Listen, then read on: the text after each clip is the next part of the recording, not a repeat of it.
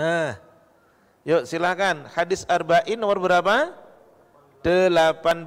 Ini ada dua sahabat Rasul yang dinasihati. Satu namanya Abu Dzar Jundub bin Junadah, orang Ansar, orang Madinah. Yang kedua wali kota untuk Yaman, namanya Abu Abdurrahman Mu'ad bin Jabal radhiyallahu anhuma.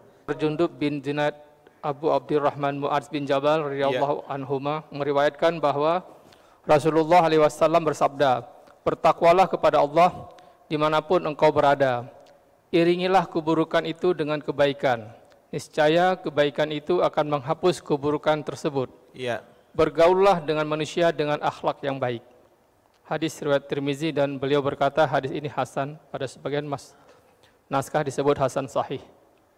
Taib, antum lihat para tamu Allah, tiga nasihatnya Rasulullah SAW kepada dua sahabat beliau. Satu, bertakwa dimanapun berada. Dua, iringilah perbuatan. Watbi'is sayyi'atal hasanata tamhuha. Watbi, mengikuti, maknanya al-hik, mengiringi. Al-haqqa yulhiku ilhaqan. Iringilah perbuatan burukmu dengan perbuatan yang baik, niscaya perbuatan yang baik akan menghapus perbuatan buruk. Gitu. Yang ketiga, wa khaliqin nasa bi khuluqin hasanin. Pergaulilah manusia dengan akhlak yang terpuji. Kalau 7 dosa besar, ada hadis sanadnya dari Abu Hurairah, semoga Allah meridhoinya. Itu dalam kitabnya Al-Imam Adz-Dzahabi, kitab Al-Kabair. Ada 7 dosa besar, sanadnya dari Abu Hurairah, dikeluarkan oleh Al-Imam Bukhari rahimahullahu ta'ala. Apa 7 dosa besar itu? 1, asyirku billah. Karena hadisnya berbunyi ijtanibus sab'a al-mubiqat. Jauhilah oleh kalian 7 dosa besar yang membinasakan. 1 adalah asyirku billah, menyekutukan Allah. Itu dosa besar yang pertama. 2, as-sihru, melakukan sihir. 3, yang kita baca, yang kita bahas, wa qatlun nafsi allati harramallahu illa bil haq, membunuh jiwa yang Allah haramkan kecuali dengan cara yang benar. 4, aklur riba, makan riba. 5, aklu malil yatimi, memakan harta anak yatim. Yang keenam, at-tawalli yaumaz zahfi, lari pada hari peperangan, tidak ikut. Yang ketujuh, qadful muhsanati al-mu'minati al-ghafilat, menuduh wanita baik-baik melakukan zina. Semuanya itu adalah dosa besar. Taib. Laki-laki tadi ditanya oleh Ibnu Abbas radhiyallahu, ummuka hayyatun, ibumu masih hidup? Kata dia, la, sudah tidak ada, sudah wafat. Qal, kata Ibnu Abbas mengatakan, tub ilallahi azza wa jalla, bertobatlah kamu kepada Allah azza wa jalla. Koma loh, koma. Wa taqarrab ilaihi mastata'ta, taatlah kepada Allah, dekatilah Allah sesuai dengan kemampuanmu. Tobat itu mutlak, tidak bisa tidak. Tapi tidak ada kata sesuai dengan kemampuan, tidak ada.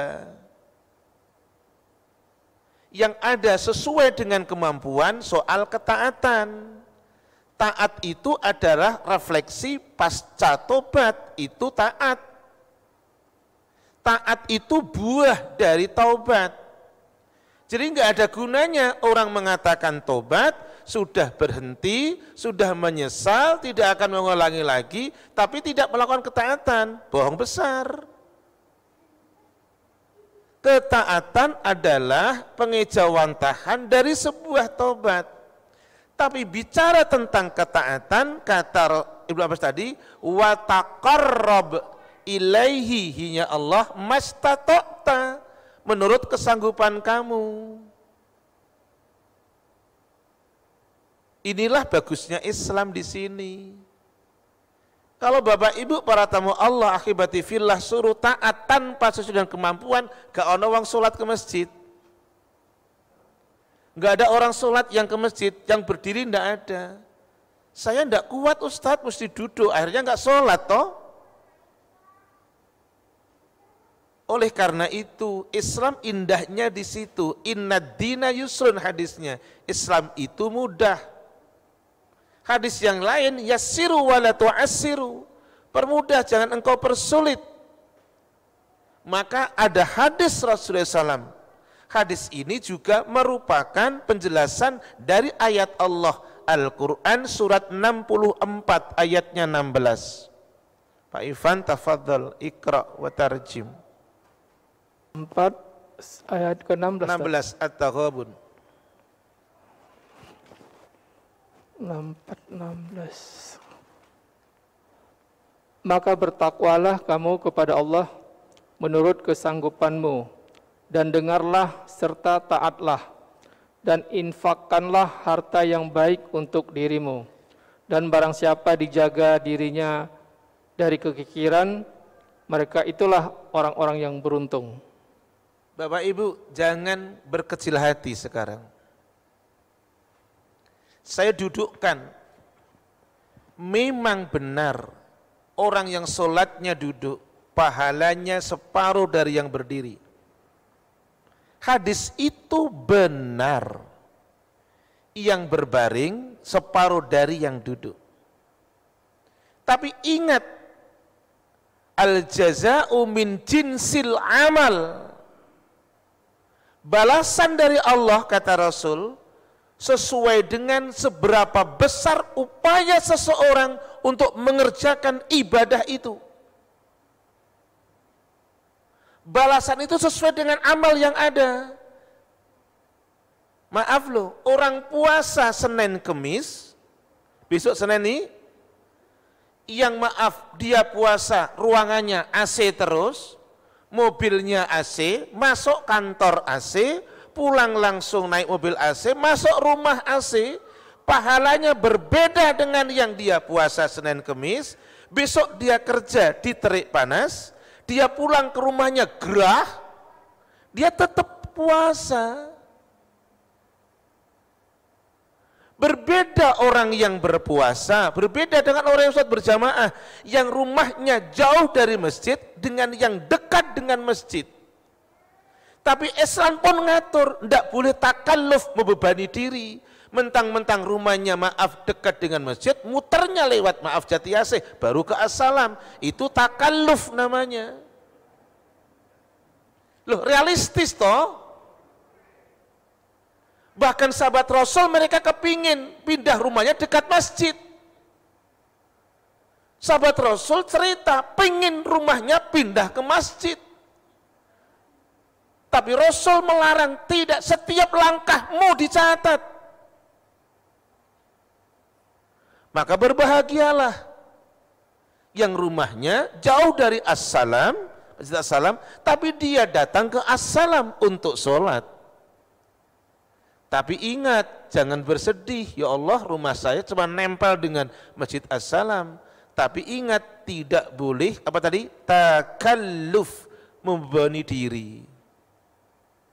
Lah hadisnya sekarang tadi ayatnya, bertakwalah kamu kepada Allah menurut kesanggupan kamu. Ini indahnya Islam.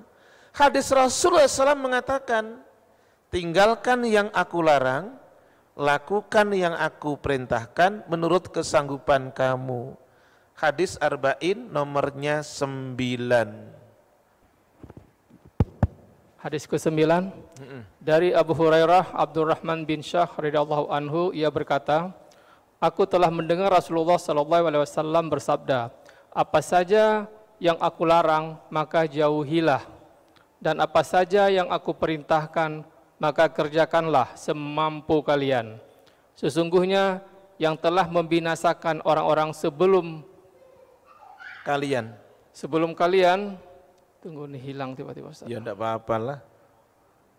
Sesungguhnya yang telah membinasakan orang-orang sebelum kalian adalah banyak bertanya dan menyelisihi perintah nabi-nabi mereka. Ini hadisnya sinkron, match dengan tadi surat 64 ayat yang ke-16.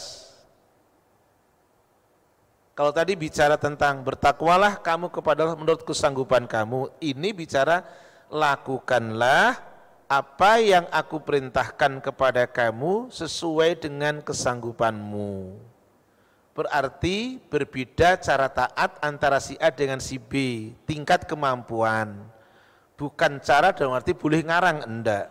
Taib